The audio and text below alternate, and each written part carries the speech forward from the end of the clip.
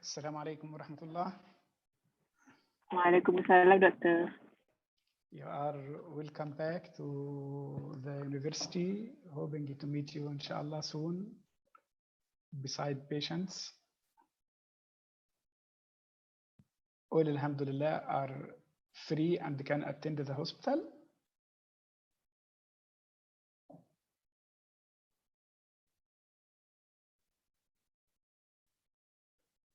Can you hear me? All of you are eligible to come to the assessment. Yes, doctor. Alhamdulillah, good news. Take care and don't forget Azkar Sabah wal Masa. May Allah, inshallah, keep you and keep you also without any danger to anyone. Today, we are speaking about an important topic of the neonate, which is the nutrition in neonates. Okay.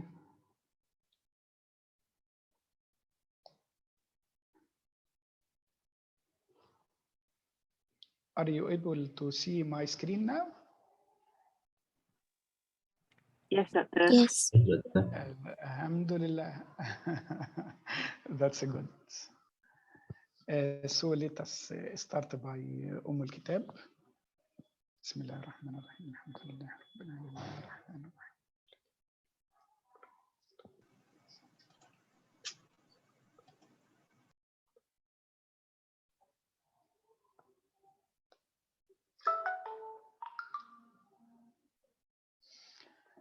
So today I'm going to just present for you, but I prefer all of you to be engaged with me. Okay, so I may ask pointers, I may ask some of you to present some slides. So we feel that we are in live one. Is it okay? Hello? Okay. Okay. So usually we are say about expression, which is FEN, means feeding, electrolyte, and the nutrition, because they are together, they are doing an important job with us. Okay.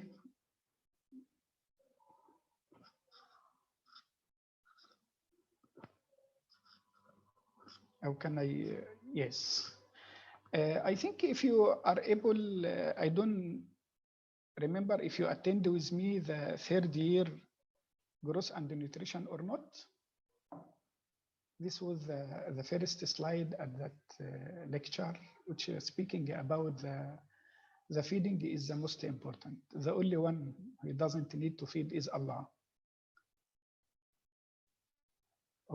The only one who doesn't need to feed. But you can find even the plants, the insects, the animals, and the top, the human being, and the top feeding for a human being is the breastfeed. So please keep this message in your mind background. Breastfeed is the best.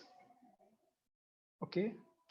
And we will know some details during our session. If we are speaking about the neonatal growth, this is an important point which mustn't be forgotten, inshallah. Okay, most of the neonates will lose some of their weight up to 10% in the first 7 to 10 days. Is it clear? So in the first week for term, in the first 10 days of the preterm, you suspect that he can lose up to 10%, and usually it will come back at that time, 1 to 2 weeks. Most of the babies are delivered around 3 to 3.5, and then they are going to be double the weight at 4 months. Okay, and the triple at 1 year, and the quadruplet at 4 years. Is it clear? Again, the birth weight is between 3 to 3.5. They are double. It means it will be 6 to 7 at 4 months, and it will be tripled at 1 year, and it may be quadruple at 4 years. The issue here, because I need to give you an important point, if the baby feed on formula milk, you will find the increase of the weight are very rapid. I mean, it be within 2 to 3 months, you will find the weight of the baby maybe doubled. Okay, that's why formula is not the standard. Breastfeeding gives a child continuous growth all over the year and they prevent obesity also.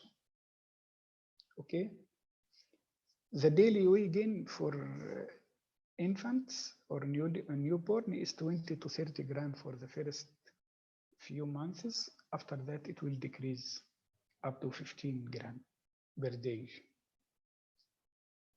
What about the height? Remember that the height of most of the children, if they are term, is 15 centimeter, which equal to 20 inch. At 1 year, it will be 75 centimeter, which equal to 30 inch. At the age of 4 years, it will be 40 inch. Is it simple? So 50, 75, 1 meter at 4 years. What about the head circumference? Head circumference, most of the babies are delivered by head circumference 35 centimeters. Okay. In the first year, it will increase about 12 centimeters, so it equal about 47 at 1 year.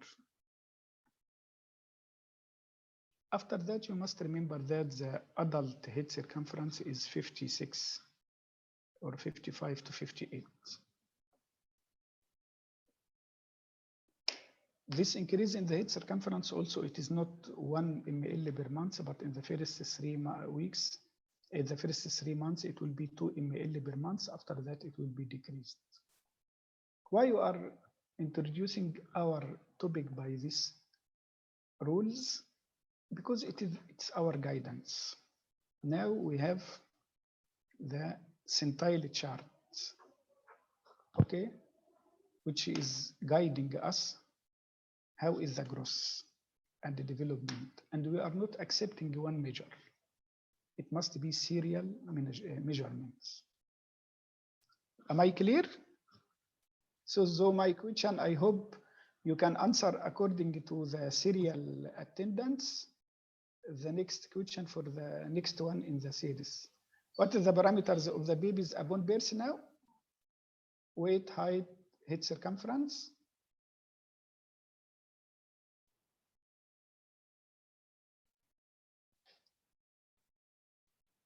Mice or Maisara? Doctor, could you repeat again the question? The newborn parameters. What is the weight, height, head circumference?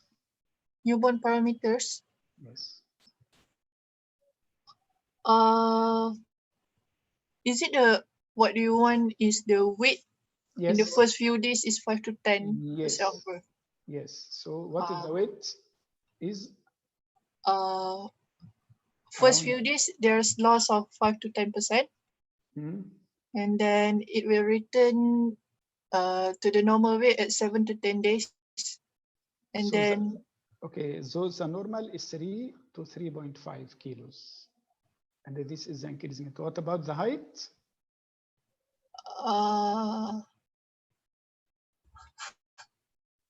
20 inch at birth, 30 inch at 1 year. Yes. And what about head circumference? 35 cm at birth. 1 cm per month for the first year.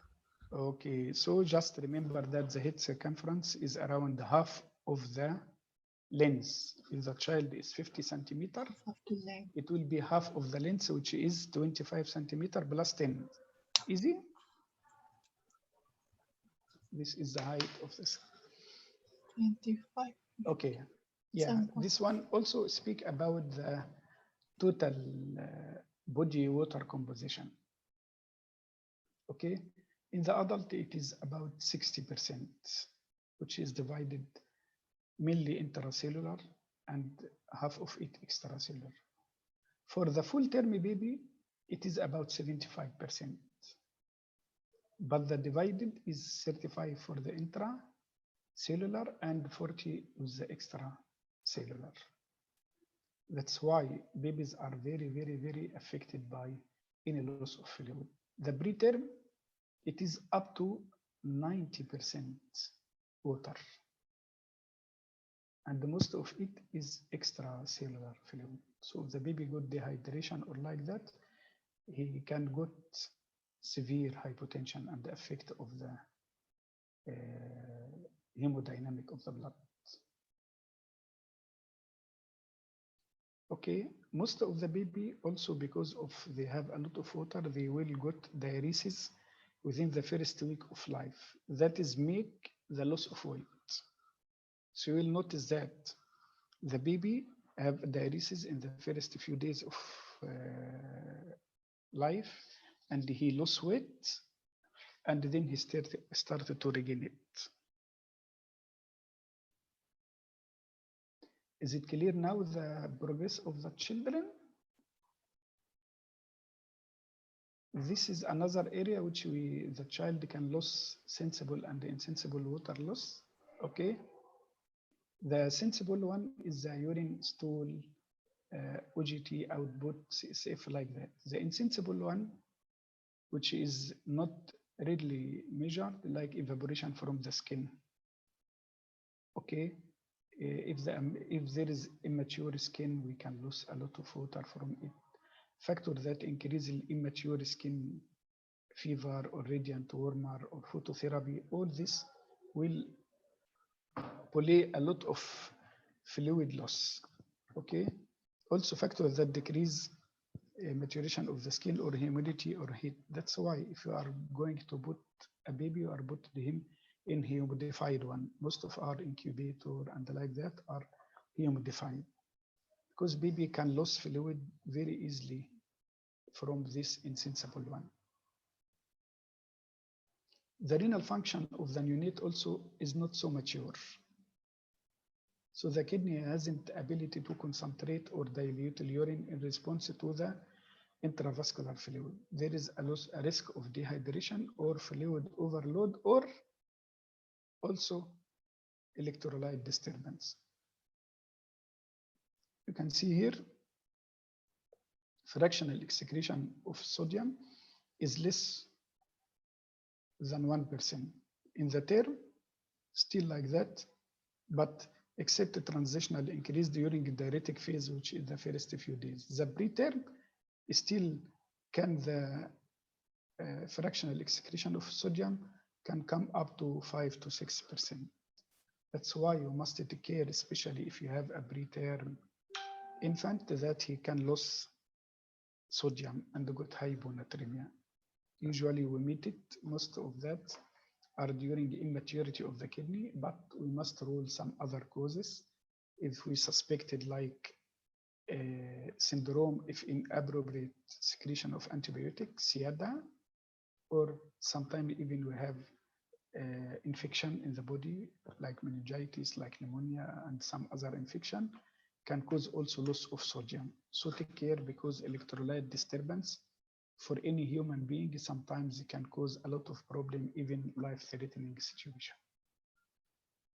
So now you can understand how is the newly delivered baby important to assess the fluid status of him. The things which can affect also the fluid is the maternal history. Okay, because it reflects the maternal dehydration. About the other history, is there any hypoxemia?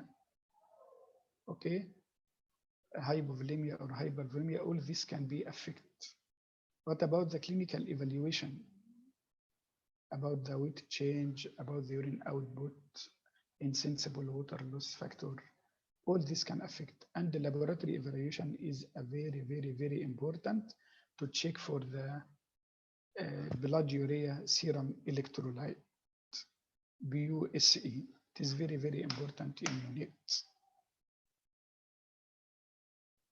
Our goal, okay, is to maintain for our fluids given is to maintain the intracellular fluid and the extracellular volume and the osmolarity and the allowance diuresis within the first week of life and maintain appropriate electrolyte. So it is not only the fluid, the most important beside that is the electrolyte, mainly sodium, mainly potassium, and the others, and to provide adequate nutrition for growth.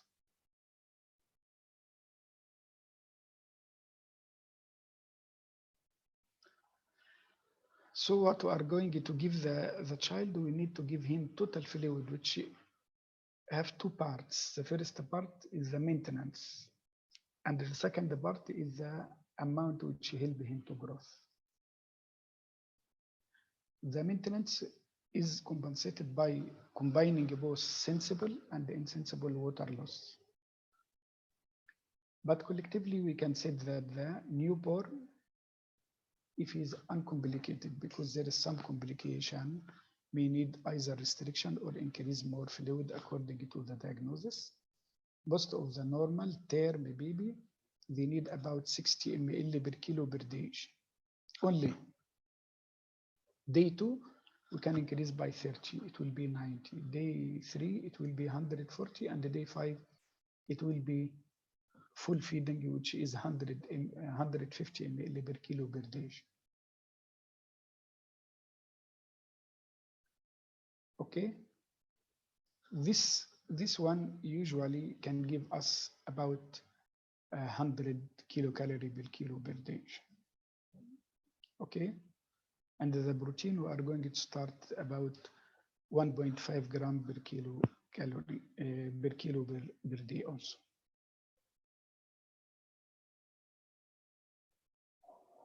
I would like to ask Doctor, sorry, Yes.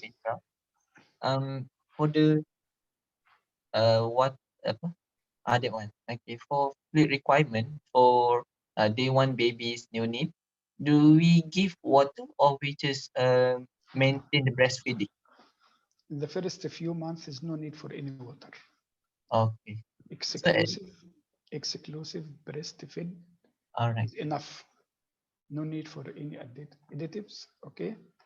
It is very important to remember that, because many mother will ask you, your breastfeed is enough.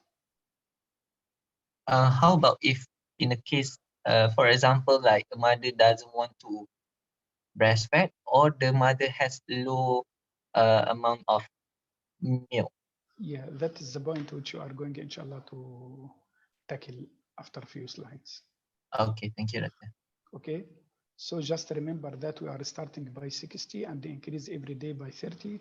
Suppose in the normal full-term baby, within 4 days we can do that.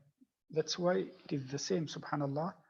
By the same scenario, the mother will find her milk maybe slightly less in the first 1 or 2 days, then it will come the flow at the 4th day like that. Okay, so it is the same.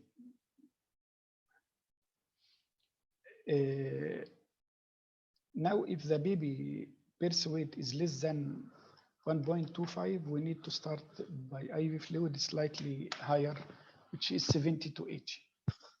Okay, of course, we need to do input output chart and everything.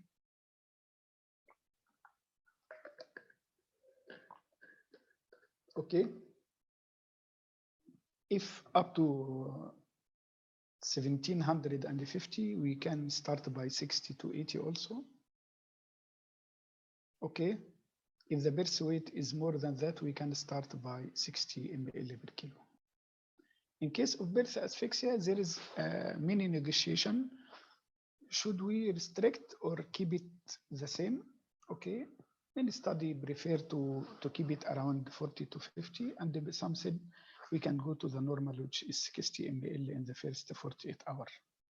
It depends upon our assessment of the severity of the asphyxia. Okay, that's why in the medicine, please take care.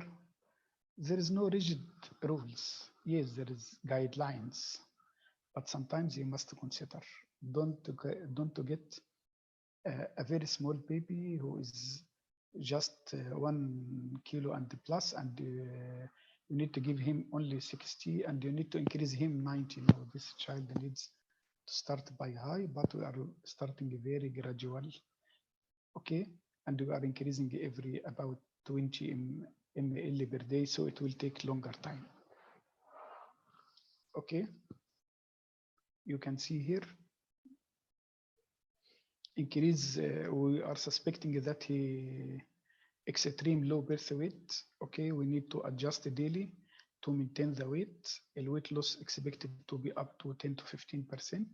We increase daily as our protocol guidance with input-output chart is very important, with calculation of the weight and the urine output and the urea and the electrolytes. It is very important. Urine output is very, very important in every neonate. Usually we need it more than 1 ml per kilo per hour. Okay.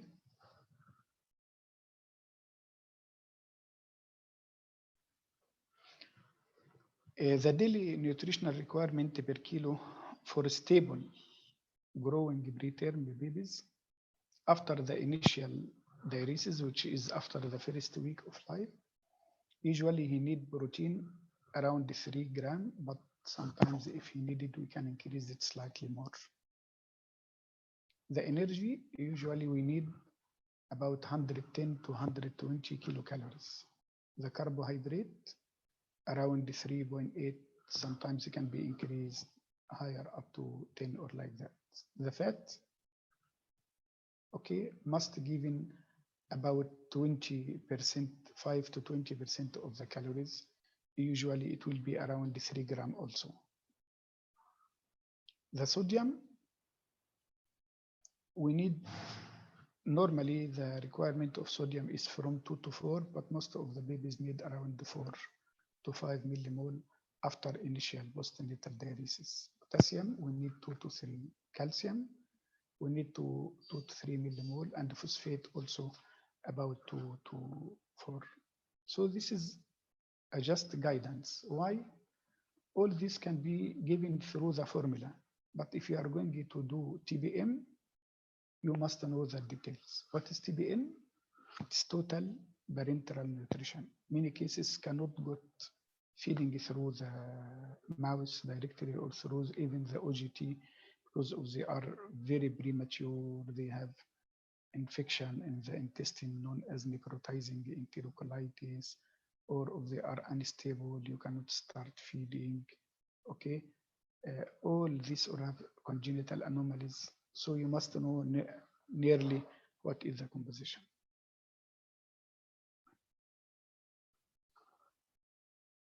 Issue requiring fluid restriction like RDS, okay, excessive fluid can lead to fluid overload and increase the risk of bronchopulmonary dysplasia. So we are just no need to increase the fluid, okay, near the section. Bronchopulmonary dysplasia, excessive fluid can worsen. Therefore, treatment with diuresis to reduce pulmonary edema is a previous, but it is not a routine one. Okay. The most important example here is BDA. BDA is a patent ductus arteriosus.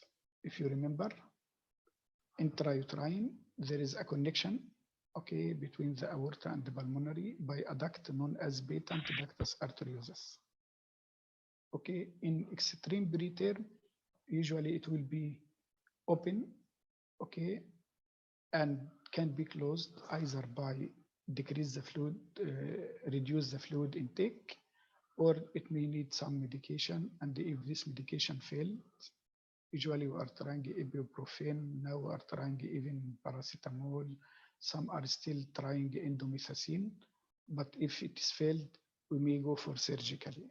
So if you increase the amount of fluid, the child can get BDA. Okay. Case of hypoxic ischemic encephalopathy sometimes, or cases of SIADA, which I told you, it is syndrome. If inappropriate antidiuretic hormone, you will find the sodium low due to dilutional one. All this you must take care. You may need to restrict the fluid slightly. Okay. Take care also about volume overload or dehydration. And put your eyes on the kidney excretion. How much is the PO? Okay, urine, UP, urine output, please. Okay. So UOP must be at least 1 ml per kilo per hour.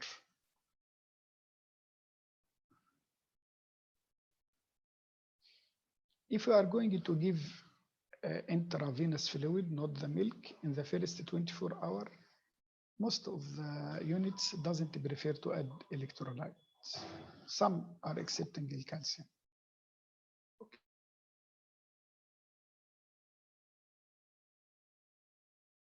Okay, it's important for neonate, and still many units you are not starting in the first.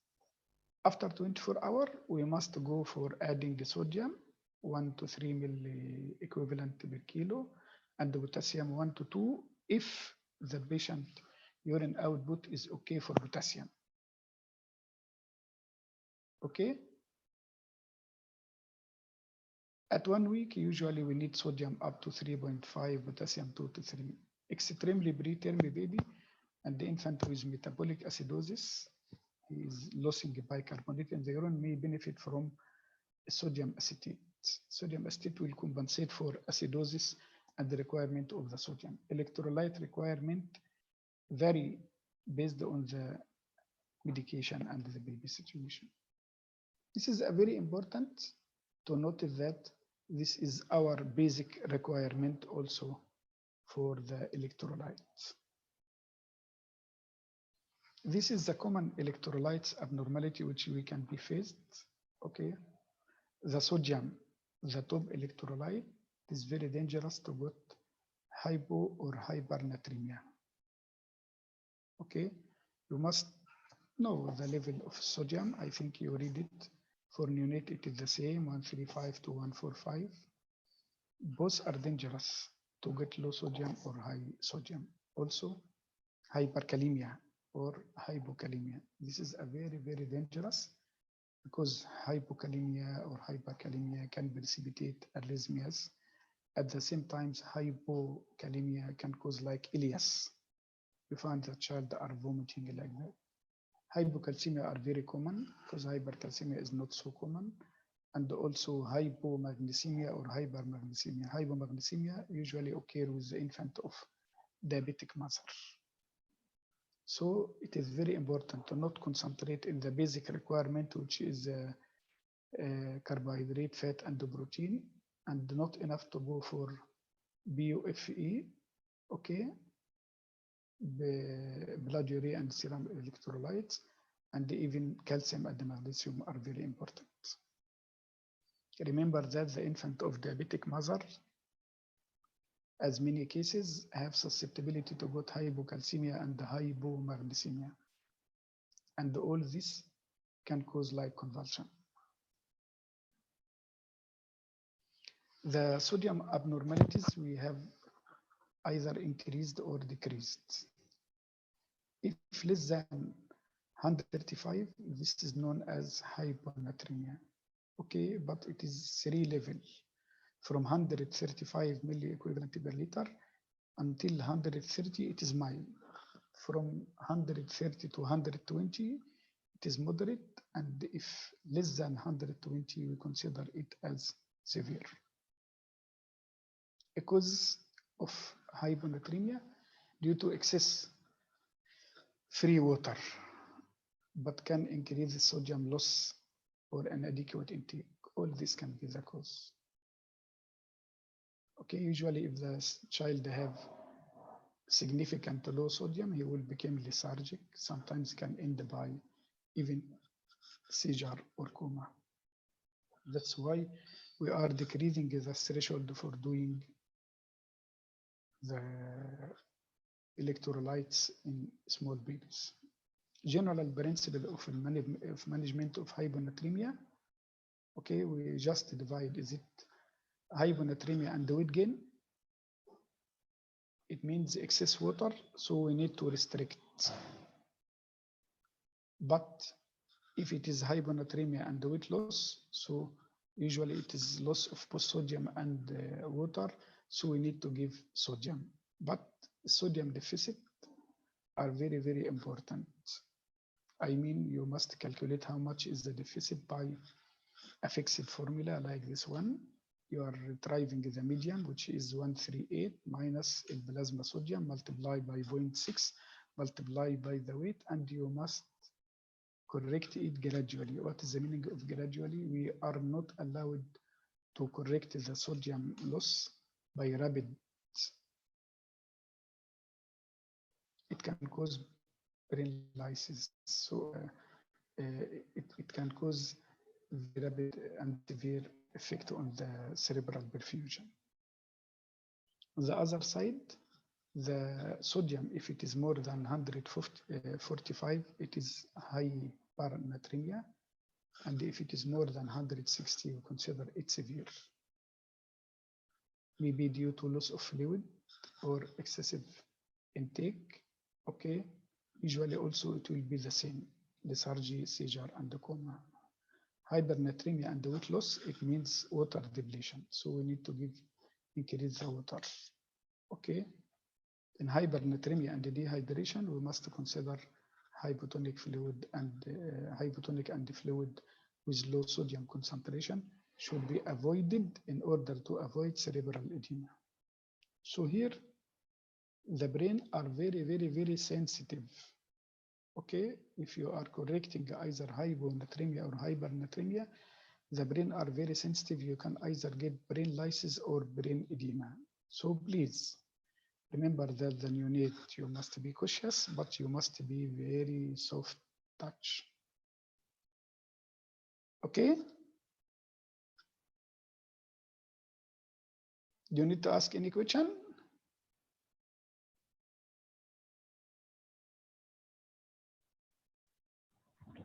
For now, no. Okay. Just to remembering you, sometimes hypernatremia can occur in term or near term baby, especially in breastfed, or will lead to readmission and invariably associated with weight loss, usually more than 10%.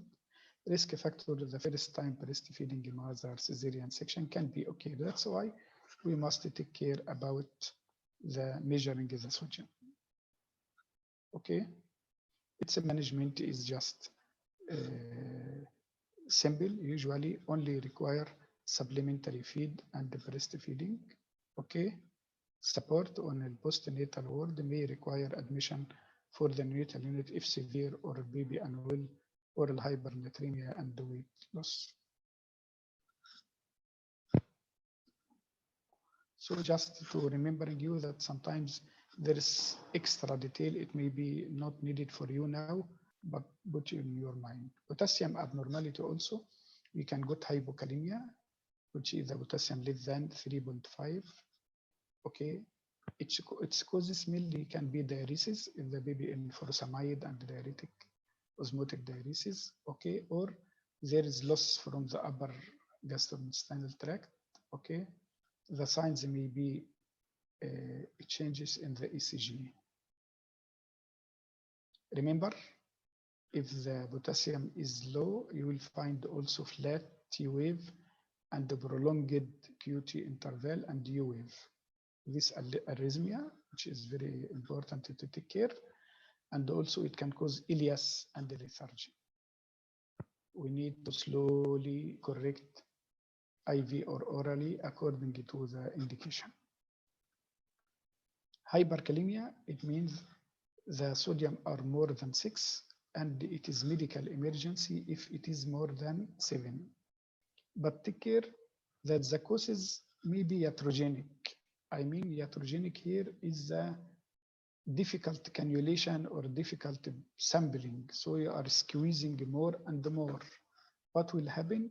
You will distract some of the RBCs, and these RBCs will give extra potassium, which is falsely. So that sometimes you must be cautious, even if you find the potassium are high, to put ECG lead and make sure that there is no cardiac abnormalities, and you may need to repeat it unless the baby is asymptomatic, go and treat.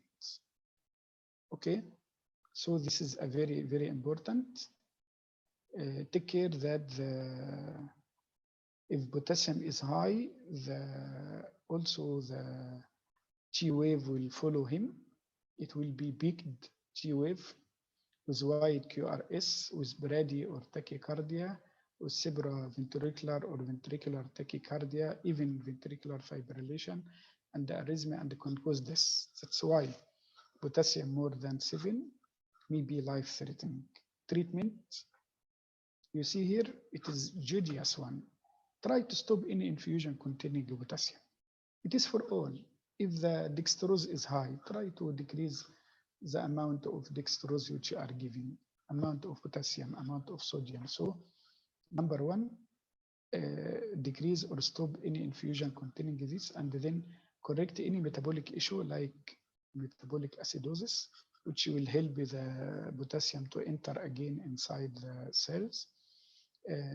Salbutamol, either intravenous or some said nebulization, but for neonate it is not common to be used, can decrease the potassium by allowing it to enter intracellular. If ECG changes are present,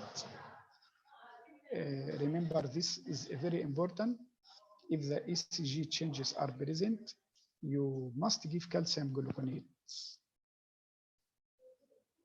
So anyone can ask why you are giving calcium despite the problem is potassium.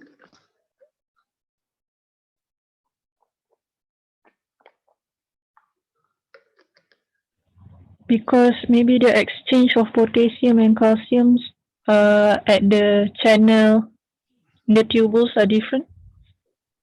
The same. Any other sense?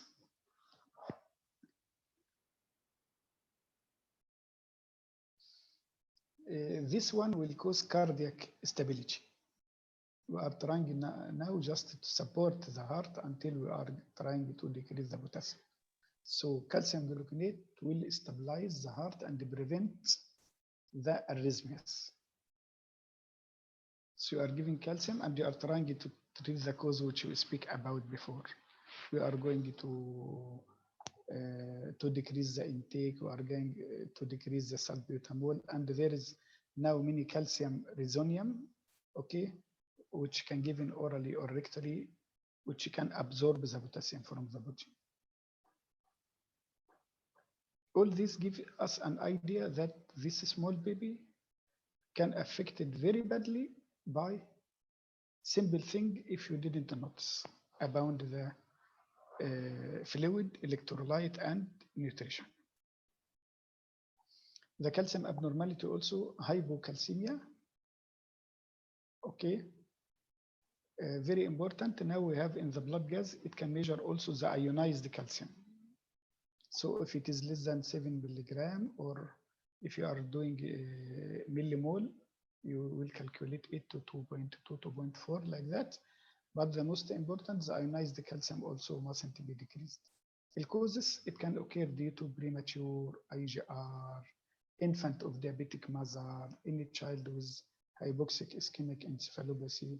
If there is hypoparathyroidism or vitamin D deficiency, all this can affect the calcium.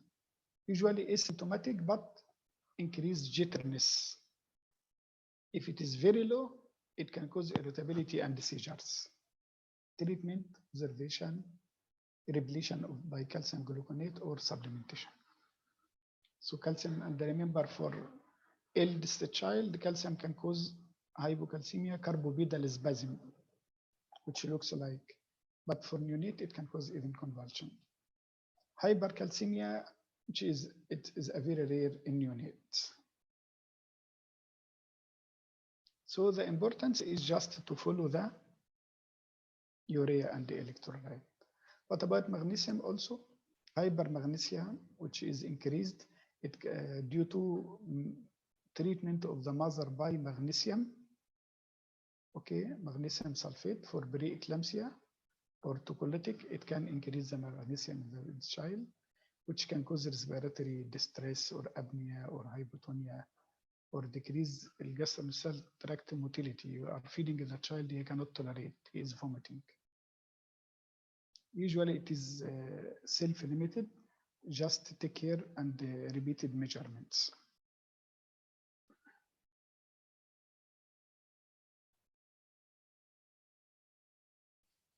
Now we are going to discuss the acid-base parameter, which is the one which you will get it if you are reading any blood gas. And the blood gas are very important. It is in our hands, which is known as a bedside test. Even if you found eldest child with respiratory distress, severe respiratory distress, or severe exacerbation of asthma, you are going to do blood gas beside pulse oximeter. So what is the normal pH of the blood gas? It is usually 7.35. Okay, we'll correct it for you, 7.35 to 7.45. Okay, I will correct it for you after that. If it came less than 7.25, it is acceptable for the preterm if just delivered.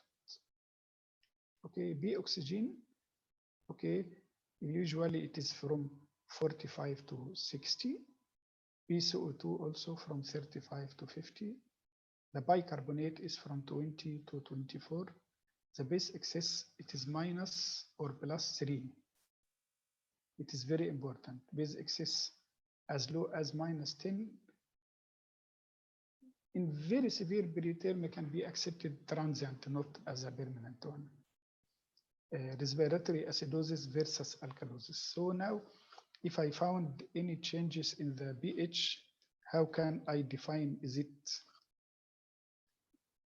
respiratory or metabolic? Anyone can answer? Now I found that the pH is 7.2. So it can be either metabolic acidosis or respiratory acidosis. Who can answer? What I will find in the other parameter is if it is metabolic and if it is respiratory.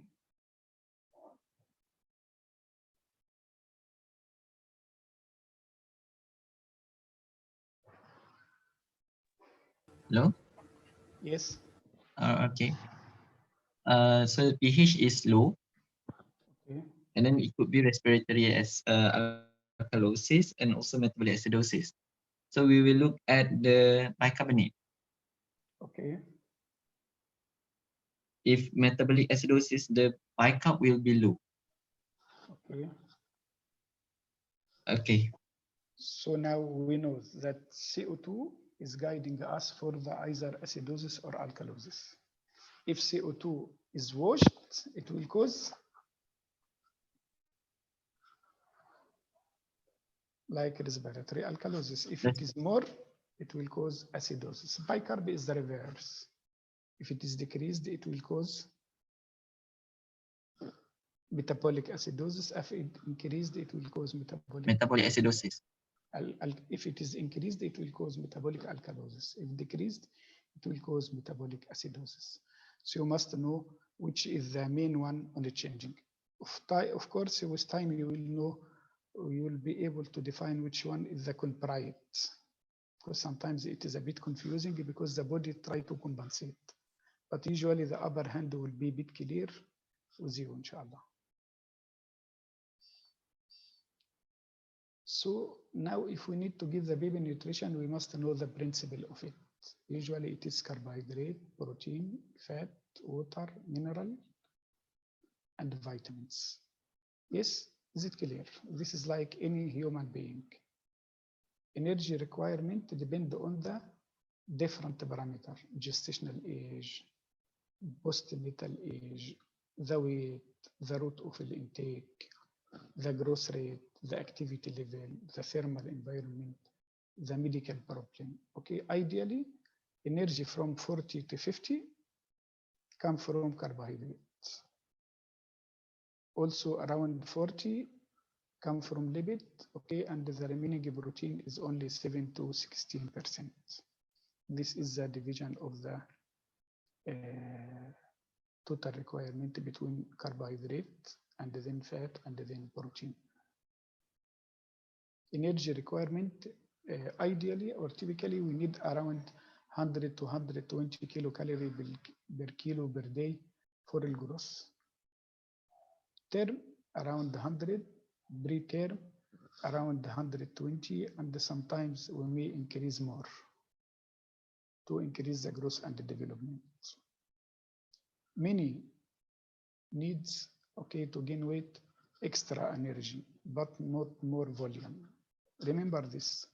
Usually the baby can tolerate 150. Sometimes we can increase like maximum 180. We cannot give more fluid than that 100 ml per kilo for extreme preterm. We cannot give more. That's why we need to increase the amount of calorie with the same amount of fluid, which you are going to speak about that, inshallah. Okay, so the healthy enterally preterm, we need around 125 kilocalorie per kilo per day. How the child are using this, it will guide you the importance of your nutritional support. Okay, the resting energy expenditure is 50 kilocalorie per kilo per day. This is just to keep the temperature of the baby stable. His activity need extra like 5 or 10. Occasional stresses like cold or like that, he needs extra 10 kilocalorie. He will lose in the stool up to 15% of the intake, which is about 15 kilocalorie. So the remaining that for the growth, he need around 4.5 kilocalorie per gram of growth. Per gram of growth. So if you need him to growth, you need to give him at least extra calorie. That's why if you restrict the amount, usually the weight gain will be very, very, very decreased. So don't forget that the small amount also of your intake to allow him to get 1 gram gross, you need to give him 4.5 kilocalorie per gram. To get 1 gram, if you need to get him 10 gram, you need to give him 45. That's why sometimes you need to increase, but take care about the effect of this amount on the kidney and the other organs, okay? And don't forget that if the mother has not enough milk and we tried not to leave the child suffering, and even if the child already is in expressed breast milk and we are calculating, we must know the total amount which is needed, not calculated by volume alone, but also calculated by the total caloric intake.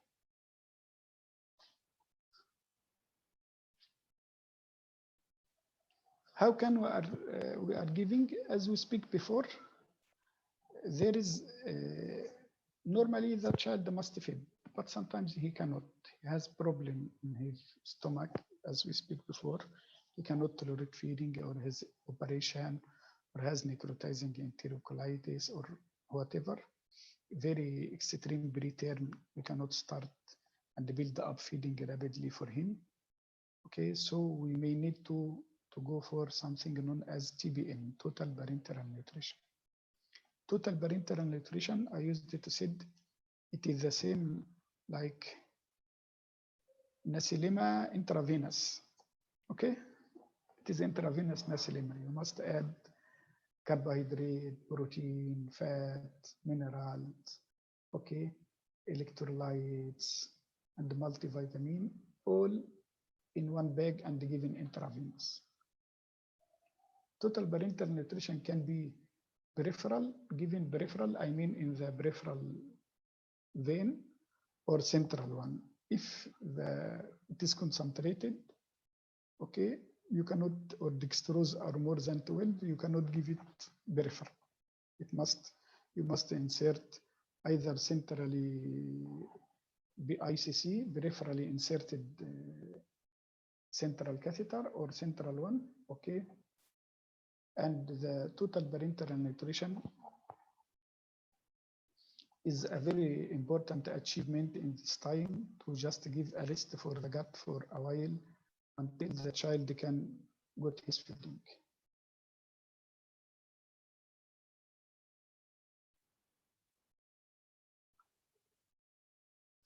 Okay, total enteral combination of parenteral and enteral, usually it will happen with the progression of extreme preterm. We are trying to start by small amount and increasing gradually, so you can combine both of them. Total enteral, it is bare oral only, okay, either breast or bottle, okay, or can be through OGT if the child cannot suck. We have one child in the nursery. We are trying to learn him how to suck. He has some anomalies. He cannot suck. We are doing occupational therapy for him, but at the time, either you need to put NGT or EGT tube or gastrostomy tube, just to make a hole to put the food directly, okay? Which is known as G-tube, gastrointestinal tube. What is the indication for parenteral nutrition? To support of the growth from birth in premature baby. Since birth, you must start even from the first day to give him, especially if less than 30 weeks, and you suspect it will take a long time for him to start feeding. The same of the patient also term but has problem in the gut, is going to do operation like that. You must start very early.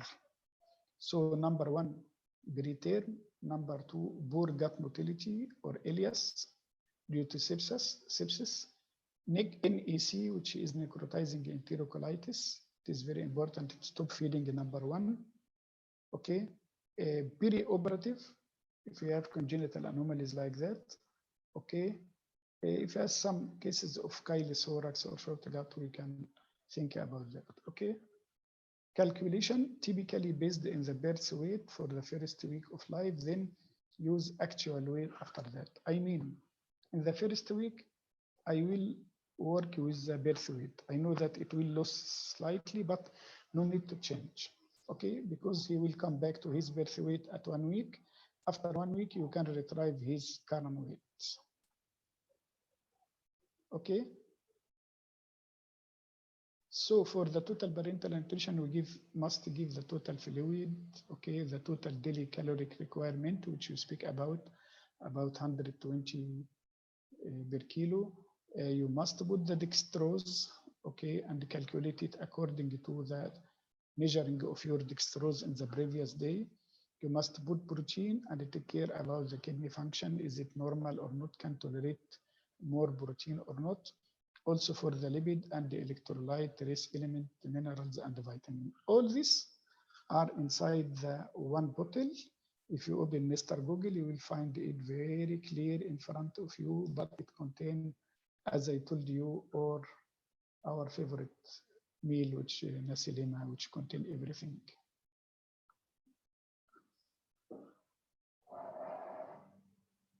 Let us see.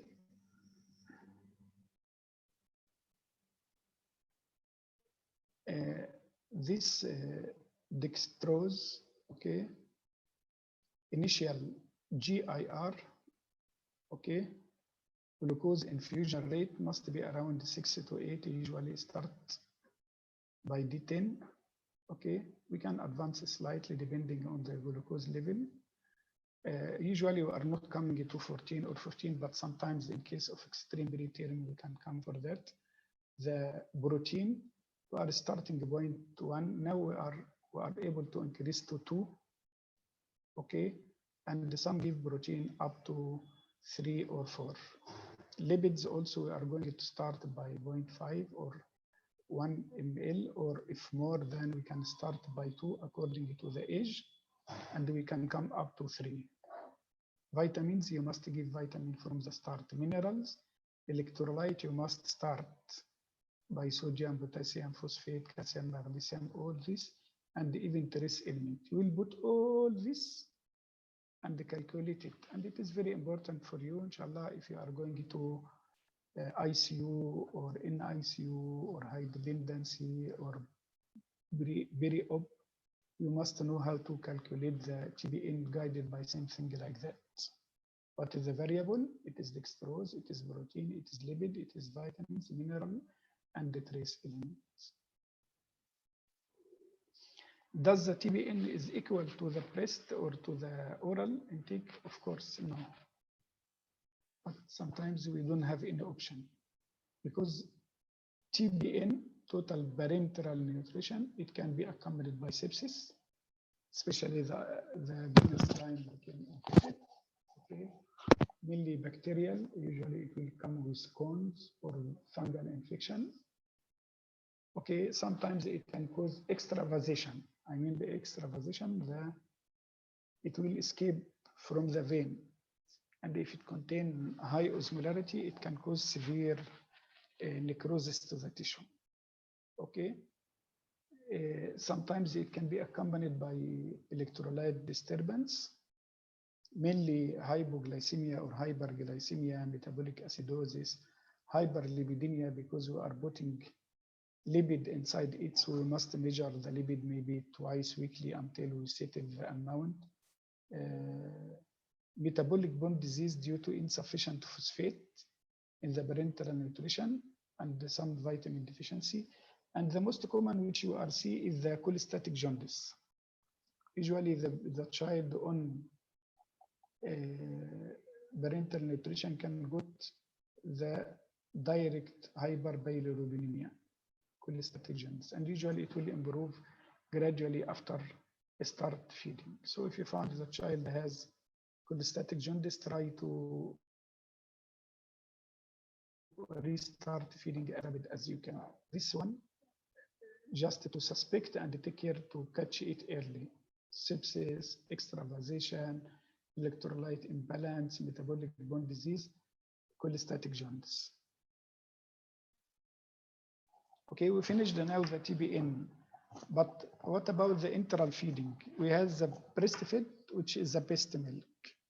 Okay, and we must send the mother even during pregnancy to the counselor for lactation, antepartum, postpartum. Okay, and they teach them even for early latching and express the breast milk if the baby are preterm and they cannot feed.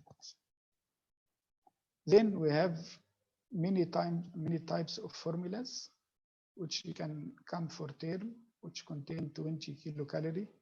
Okay, or late preterm, transitional one, or preterm formula. You can find that the calories are increasing because the preterm needs more calories. Okay, supplements to increase the calorie, which is fortified breast milk, human milk fortification, HMF, human milk fortification, which contain mainly protein and calcium, or some like new sure powder or MCT oil. MCT oil, it is just oil to increase the feeding, the weight. Enteral nutrition. Usually we are not preferring to giving formula milk unless there is some indication. Why? Because if you think about the formula, you will find it, number one is free supply. I mean, you need to give the child 150 ml per kilo or the baby 150 ml. So you will put at 150 total amount. But for the breast, the child need to suck it to make effort to get it. Okay. So sometimes the child found the amount already with the formula and not ready with the breast. You need to make some exercise and suction and effort, which if you give him the formula, he will not do it. Number one. Number two, the opening of the nipple of the mother, any female, its nipple contain about up to 20 holes. It is not single hole. But the Formula One have only single opening, which is wide, and you can make it more wider if you wish. So the baby, when he suck from the artificial nipple, will get easily big amount of milk. But for the breast, he need to make more effort to get it. It is for his benefit to be.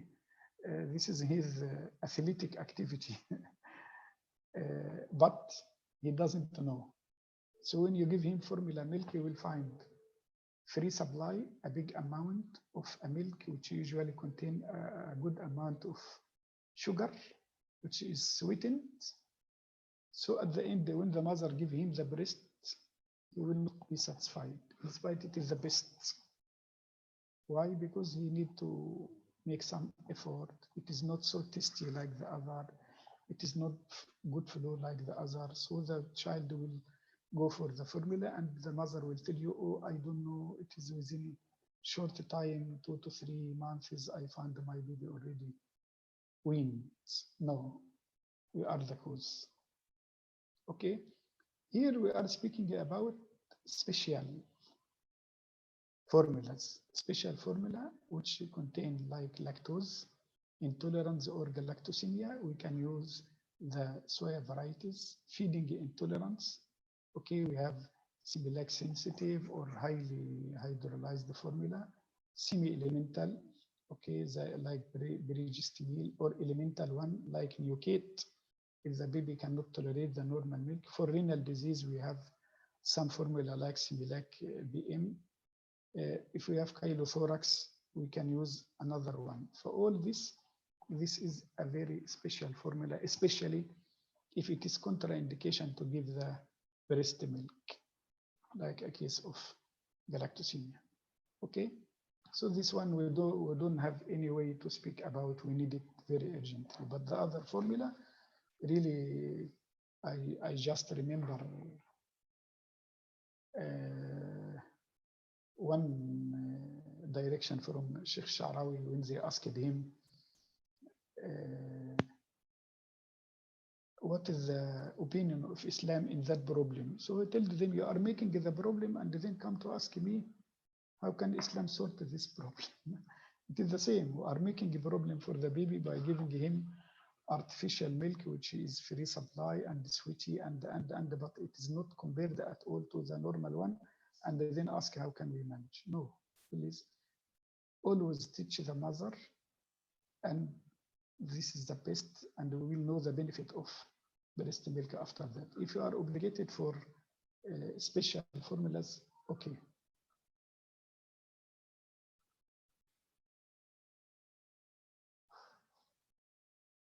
How can we start now the breastfeeding? Usually, if the child is less than, which we speak before, 1,250 grams, we must consider starting by trophic feeding.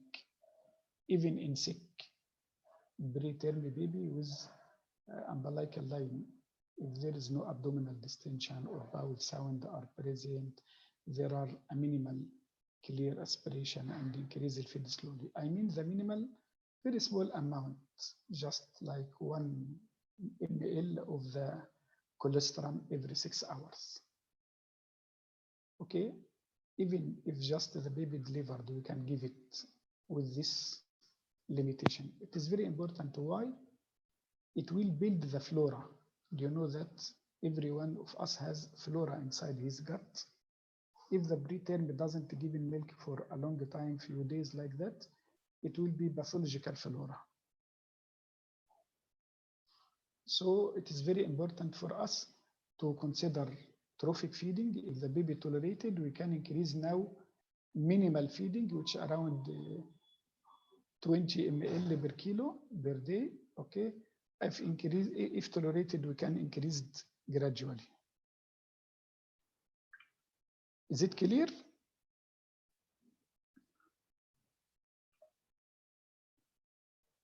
Yes, certain. Okay, if preterm up to 1750, we can start even from the first 12 hours with around 20 ml per kilo per day. Okay, and increase gradually. More than that, if stable, start feeding within the first 6 hours and increasing 3 to 4. After that, may consider adding extra feeding. So this is the important point, to be also soft touch and start gradually and know what is the number one, the prematurity, degree of prematurity, what about the weight of the child, and what about his general condition, he can tolerate or he's severely sick. Sorry, what's the meaning of trophic feeding? A trophic, which is very minimal amount, less than 10 ml per kilo. Very trivial amount. As I told you, just giving 1 ml every 6 hours. Minimal feeding, it can be start like 10, 20 ml per kilo. And after that, we can increase. Okay? So for breastfeeding, no, we can still, or cannot start breastfeed. You cannot give a baby which is 1 kilo breastfeed now. You will give him breast milk.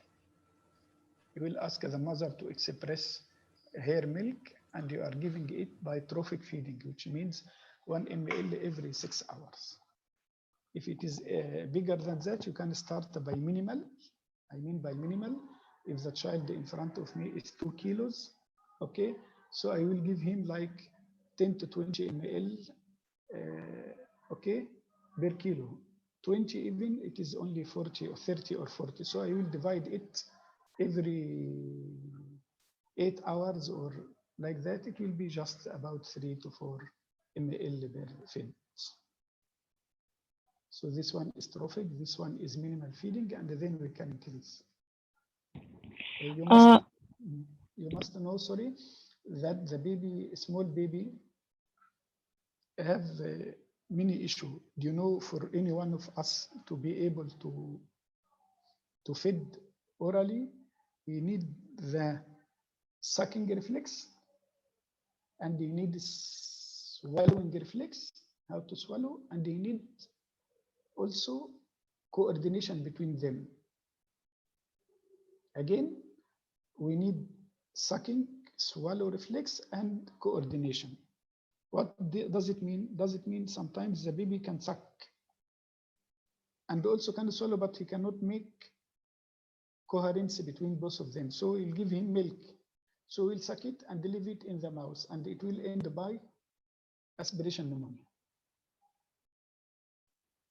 So small babies, we cannot start oral feeding. Usually we are putting OGT tube feeding, okay, and we are nutritioning him through the OGT tube until we make sure that he has a good sucking and swallowing and good coordination. Am I clear? Yes, doctor. Yes, doctor. Your colleague was asking about what? Sorry? There was one more question. Doctor, I just wanted to confirm, it is 1 meals per hour, is it? No, 1 meal per feeding, and it may be, if it is trophic, it may be every 4 or 6 hours. Enough. The goal of this is to build up the normal flora, not allow the pathological flora to increase in the gut. So, in the pediatric protocol, it's a 5 to 25. Is it this amount is too much? 1 to 2 is enough. No, they may be speaking about the minimal fluid. No. Okay. Okay. Understood. Thank you. Welcome.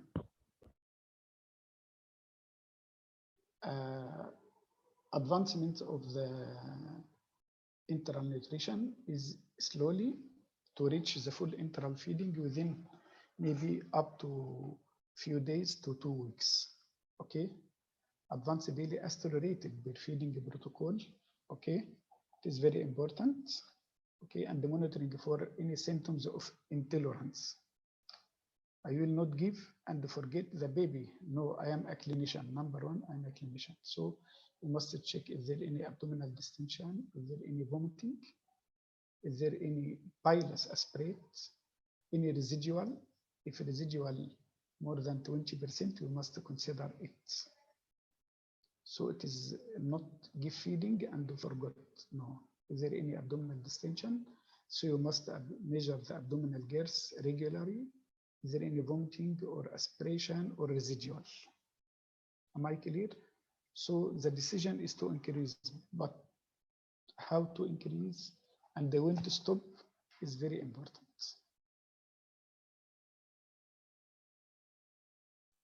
Here is some examples. How can we increase it very gradual?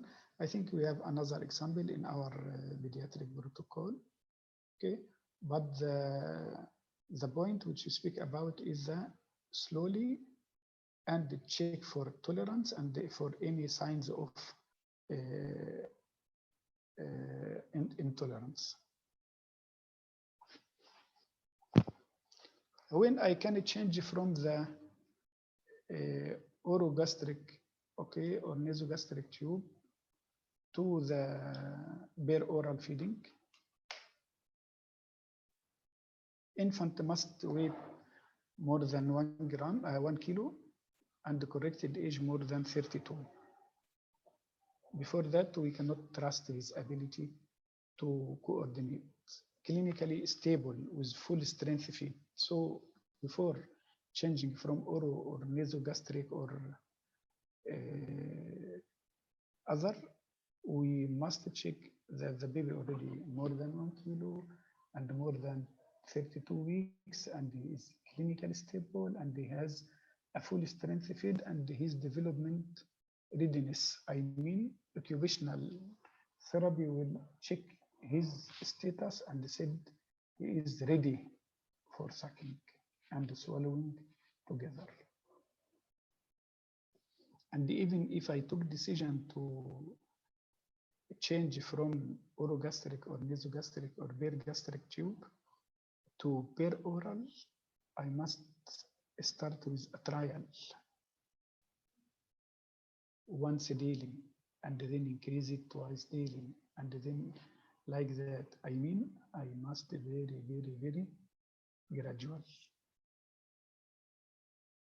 Even some babies up to 34 weeks, sometimes they are not ready for all bare oral and considered alternative feeding. So it is very important, please don't put a rigid things and apply it. You must observe the child, he is responding well. Yes, we can continue. Is it clear? Yes, doctor. Okay. Additional nutritional consideration is very important, especially in preterm babies, is the iron fortification, which can prevent the iron deficiency anemia. Iron supplementation giving to the breast milk formula, okay?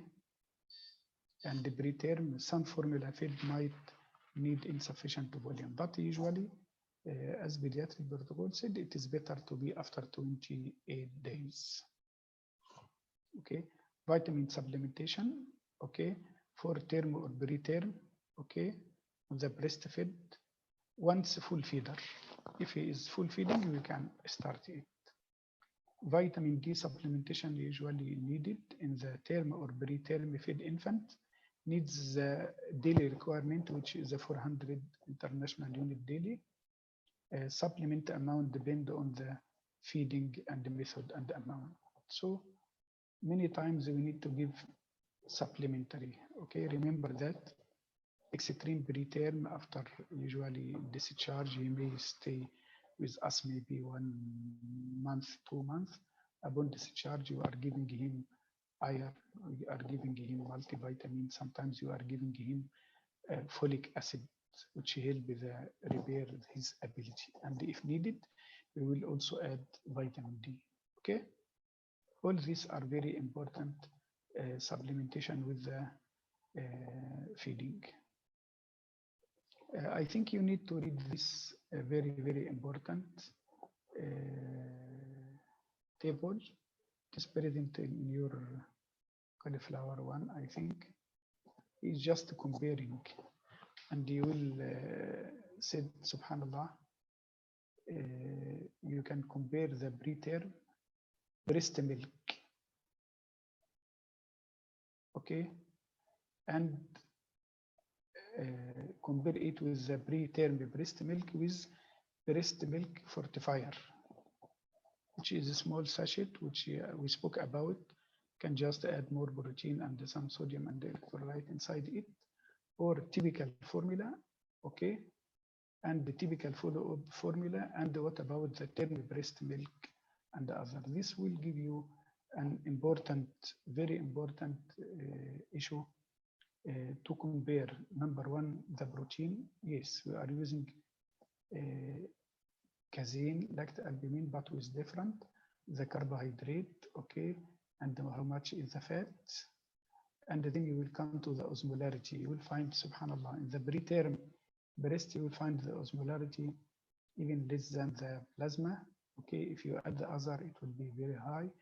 Typical premature formula, it is still high. So you will find even the osmolarity, the amount of energy, the how many protein, how many fat, how many carbohydrate, how many sodium, potassium.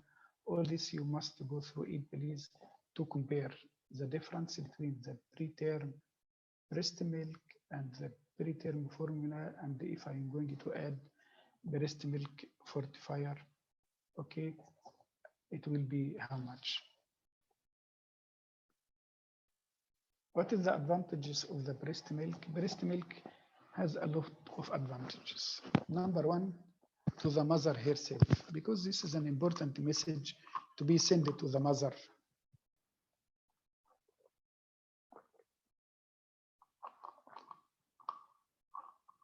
Okay.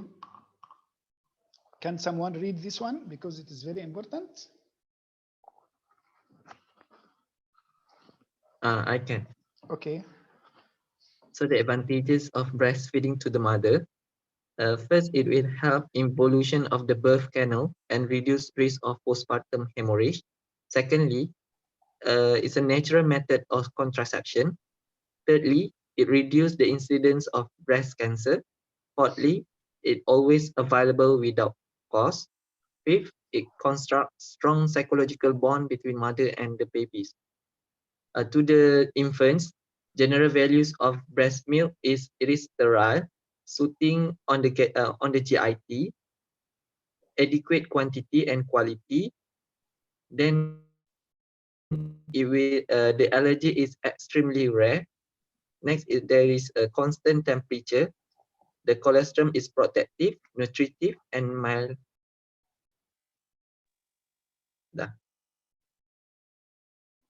Continue. Okay. Why human milk? Because through its trophic and immune protective effect, it protects the premature infant against sepsis, necrotizing enterocolitis, and death. It also happens to give babies a higher IQ later in life. Other advantages, it provides links between mother and baby. It protects against infection and death. It protects against necrotizing enterocolitis and UTI. It is better tolerated, and it can shorten hospital stay and improve neurodevelopmental outcome. Okay, another, now, thank you, Aslan. You can see now that how many benefit even the mother herself, she will get, even the baby and even the community. You know how cost is if the child doesn't get his mom breastfed and he cannot find any donor for breastfeed. It's very expensive.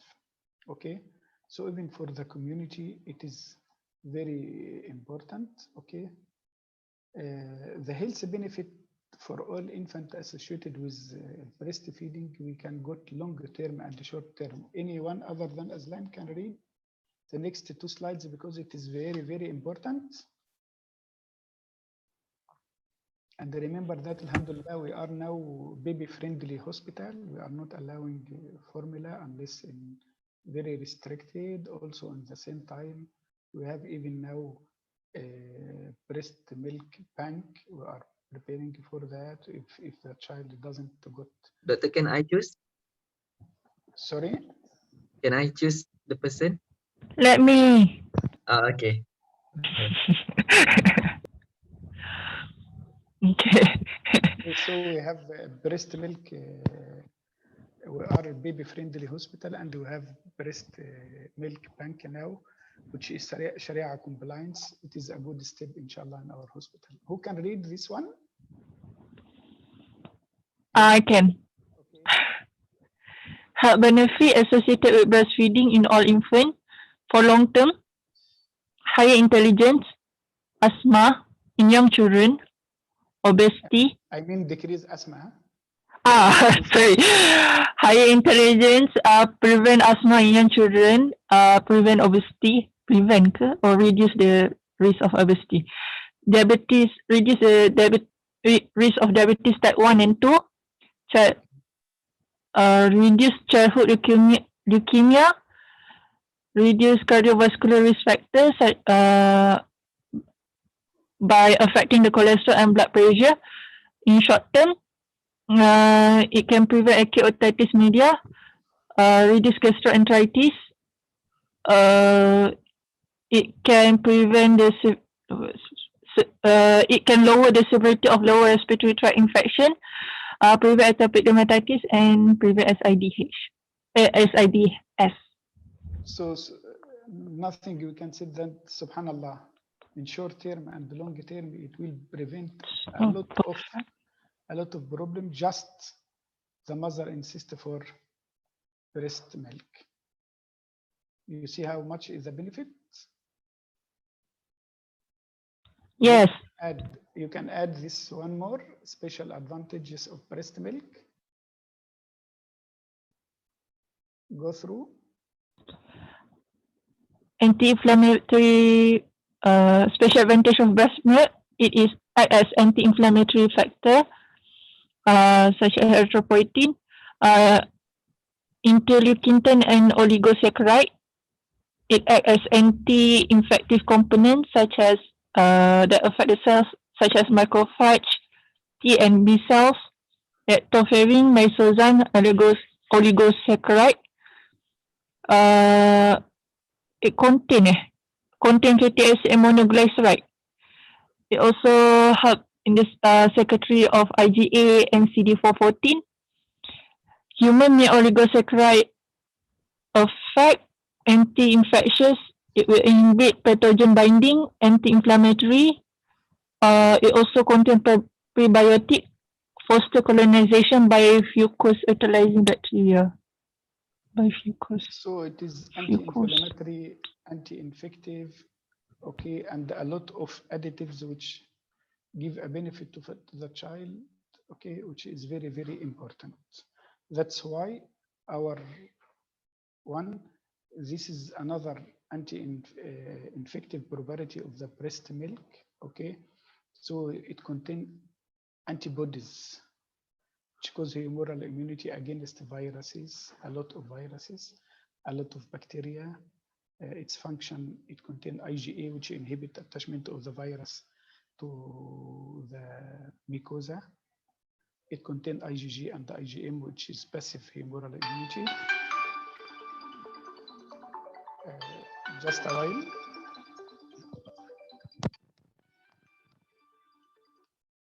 Hello. Yes.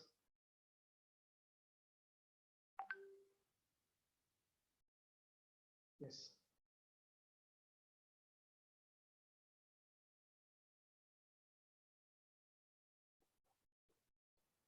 Yes.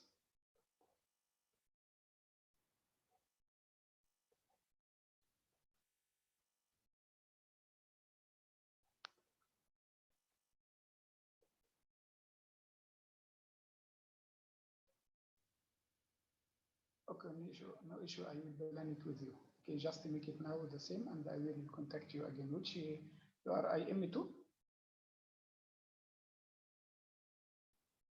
Okay, okay, please. Okay. Thank you.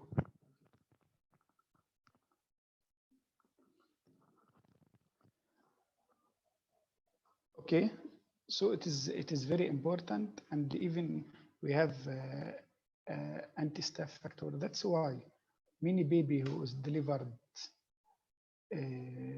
preterm, okay, they are losing transfer of factors from the mother, and if you are delaying also the human milk, the child will lose a lot of anti-infective and anti-inflammatory criteria. Of course, there is a lot like antiprotozoal, other antimicrobial like fibrinogen, anti-inflammatory, just to read about bifidus factor, binding protein like folic acid and other, the buffering effect, the cellular immunity, all this immune modulating agent also like interleukin 6 and other interleukin 1b and 8 and 10, all this subhanallah are present in the breastfed. And the issue of some company is they're trying to sell us a milk which looks more simple.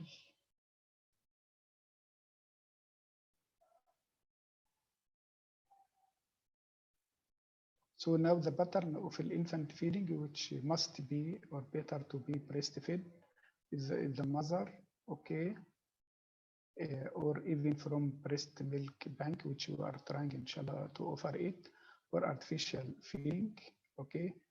Before they are using from animal milk, which is a bit dangerous, now evaporated and condensed, or dried powdered milk, which is available, and also it will not offer all the benefit of the breast milk, specifically now we can see a lot of allergy, eczema, asthma, all these are affected, and the mixed feeding, which is complementary or supplementary one. Okay, this one, how is the maternal milk can be controlled, okay, so the prolactin and how is the milk ejection, okay, and take care that anxiety, stress, and fatigue inhibit the ejection reflex of the milk. So you must teach. Our goal is try to teach the mother around all this benefit of the milk. It is like a treasure of knowledge. Allah make it naturally. So please don't miss it and go for other. For the child to get this normal feeding, we need some neonatal reflexes like rooting reflex. Do you know that rooting and sucking reflex and swallowing reflex, and need coordination. So number one, he can go, and number two to the nipple, and the number two he can suck, number three he can swallow with coordination as we speak before. This is the breast preparation during pregnancy and the initial milk flow and the maintenance. Okay, it is a very important also for education of our team. Good maternal psychological status and the family support and the hormonal balance are very important. That's why number 5, we have in our hospital also the rooming in to keep the mother beside the baby. We have one room for 4 beds or more. Now we are trying to increase. Just if the baby need to feed, the mother can go directly and give him breastfeeding, okay? And we are not using a bottle. Usually we are using either syringes or cups. Why? To prevent confusion for the neonates. This is the composition also very important. You must read and you must be able to give the message to the mother and to the family. What is the importance of the colostrum? I tell them this is the one of the best medication which can give into the neonate is the colostrum. A very small amount, and it is known by its lemon color and the thickness, but it have a very high resources of protein, fat, carbohydrate, and large endothelial cells from the breast acini, increase in the protein, increase in the protective of IgE, and all this, which are very, very important, please. The value of colostrum must be seen. Okay, protein, IgE, polymorph nuclear leukocyte, monocyte, initiative, gastrocolic reflex with mild laxative. All this is a value of a small amount of colostrum.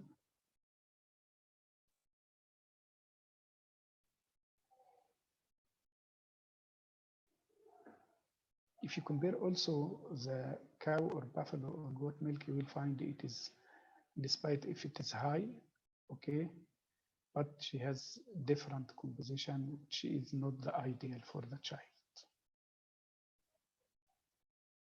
So we are not advising for direct cow's milk like that because it can affect the child.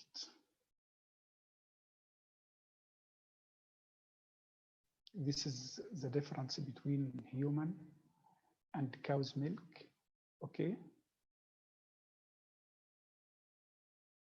Because you will saw some kids coming from Orang Asli or from remote area, so you must take care what is deficient and how you need to add.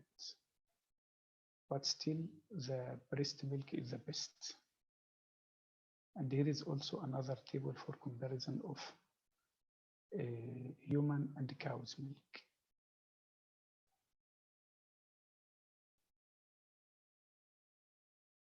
Still, many studies now are speaking about another more beneficial effect, okay, of it, like its composition, which we speak about before, content of oleic acid, okay, and the enzymatic for digestion like lipase, amylase, and the transport like the enzyme oxidase, okay. The bioactivity of the breast milk, subhanallah, it's absorption of calcium, iron, and zinc, even if it is less than the formula, but the bioactivity of the breast milk is higher than the formula. So if you are comparing between sometimes iron in the breast milk and in the formula, you will find the formula many times more, but its bioavailability is less than the breast milk. So this is the bioavailability.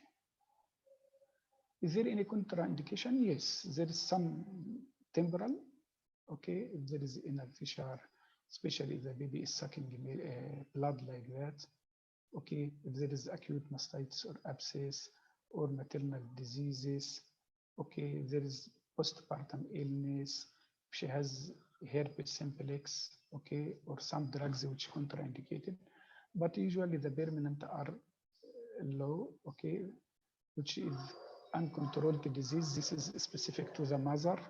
If the mother has malignancy or active cytomegalovirus, okay, or TB, sometimes considered to withhold, okay. So this is a very important to consider that in spite that there is contraindication, so we need either to go for breast milk bank or like that.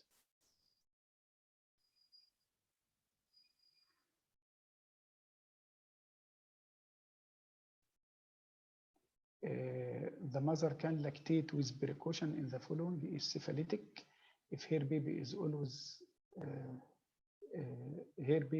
syphilitic, so allow feeding and give course of penicillin for 2 weeks. Usually we are suspecting that he can. So if both of them are treating, we can restart it after education the mother and the thing and ask their ambition. Tuberculous mother also, it depends if it is negative or positive, okay. Maternal viral hepatitis also must be considered. If the baby delivered to hepatitis is a surface antigen mother, okay, and given herpes hepatitis B vaccine and immunoglobulin immediately, okay, within the first 24 hours, okay. If the mother catch infection during the nursing, give accelerated protocol. So it is very important that there is some details. Still, we can consider feeding, can lactate with precaution. Even HIV, WHO recommend for developed countries developed, they need to stop. But in developing countries, they need to continue because they said formula feeding is maybe not available and the child can go for severe malnutrition. Okay, if the mother has psychosis or mania, okay, can be also feeding under supervision. So all this come in the area of questionnaire. We must educate the family. We mustn't take the higher authority of taking the decision, but we must teach the family and see their ambition. And if they are afraid or they didn't welcome, we must help them by like offering a breast milk bank.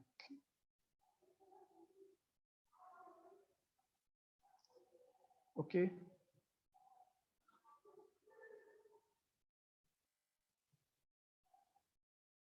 This is also some causes which can temporarily affect the baby, especially this one, which is respiratory distress or very low pulse weight. Sometimes temporarily we will hold, but we must start again. But there is some cases which can give extreme rare, which is milk allergy or lactose intolerance. Some cases of galactosemia is contraindicated to give breast milk. Okay, and the phenylketonuria. This is a very clear example. Their incidence are very, very low. But if we diagnose it, we must take care. We cannot give the breast milk. So there is contraindication. That's why formula still can work with us. But for every one of this, we have a special formula for galactosemia or for phenylalanine.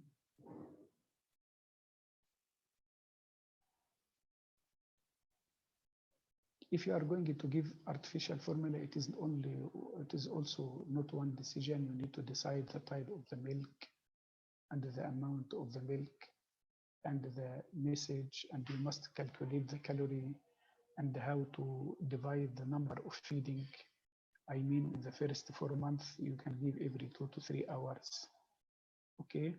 After that, from 5 to 8, you will give about 4 hours, and after that you can increase it, like make it every 5 hours, so you can increase the amount. Our goal is to increase the amount and decrease the number of feeding with age.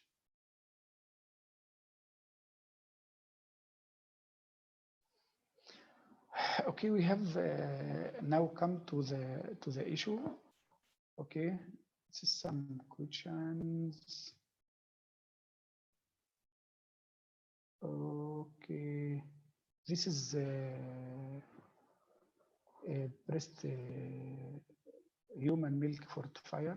Okay, it is very important. It is available now in the market, and this one known as myotin. Myotin, this is concentrated protein which can given sometimes to the child if he cannot catch weight. Okay, let us come to some conclusions from our presentation. Okay, feeding of the newborn have the same basis which we speak about to you on the 3rd year about basic of nutrition. Okay, and the importance, but it depends upon many factors. It depends on the mother herself. Okay, it depends upon the mother, her status, and it depends on the baby himself. He is fit for feeding or not. He is a preterm or not preterm. He is sick or not sick. And we must able to take decision. We are going to start normal feeding, or we are going to go for TBN, and if we are going even for oral, are we able to progress rapidly or not? So it is not a simple one word decision. Tell me the decision now. No, it is a dynamic one. Okay, as I told you, many babies, you are starting milk and you found his abdomen are distended and got some disease known as necrotizing enterocolitis. You must be very cautious about it. Okay. Did you got my lecture for the 3rd year? I think it have some important basics also. Do you have it? Okay, I think just you need to go through it because I didn't want to make it very lengthy than that. Okay, please keep in your mind that the breast milk is the best. And our goal is for three things, which is fin, fluid, electrolyte, and nutrition. And don't forget electrolyte disturbance sometimes are life-threatening, especially in small babies. And now we have many things which we can increase the amount of calories, not the amount of the milk. I mean, if I came to 150, 160, 170, and I cannot give more of this per kilo per day, so I can increase the calories by either MCT oil, by human milk fortifier, or myotine, which is a pure protein. All this can increase the amount of calories, which help the growth. And our goal is to plot the child in centile chart to know how he is increasing or decreasing and how is the progress. Okay.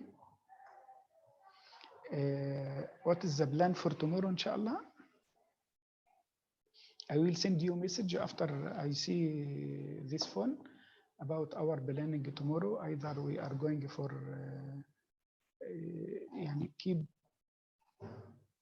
ready from 9. I think I will start my round in ICU at 8. I will inform you, okay, about tomorrow, but be ready, inshallah. Are you going tomorrow to attend to the hospital? Allowed tomorrow to come tomorrow? Well, actually for tomorrow we have lecture, neonatal lecture with Dr. Mossad. Topic neonatal resuscitation. Okay. Okay, and then we have the neonatal practical session. For neonatal resuscitation. Yes.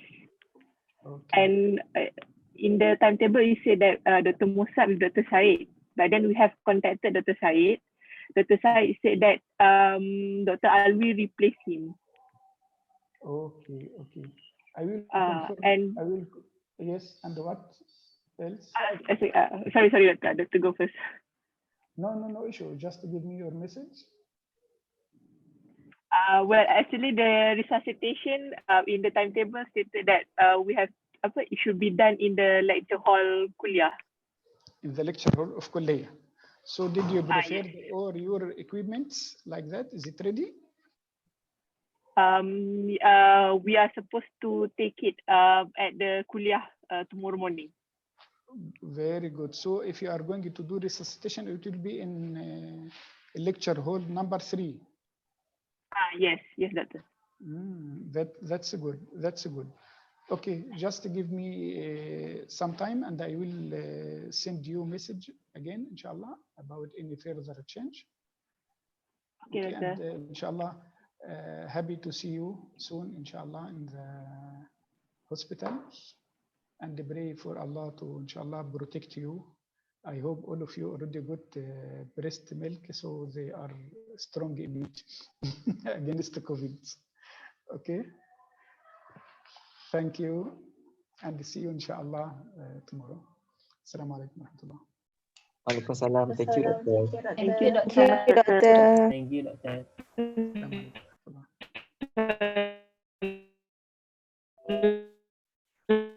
rahmatullah.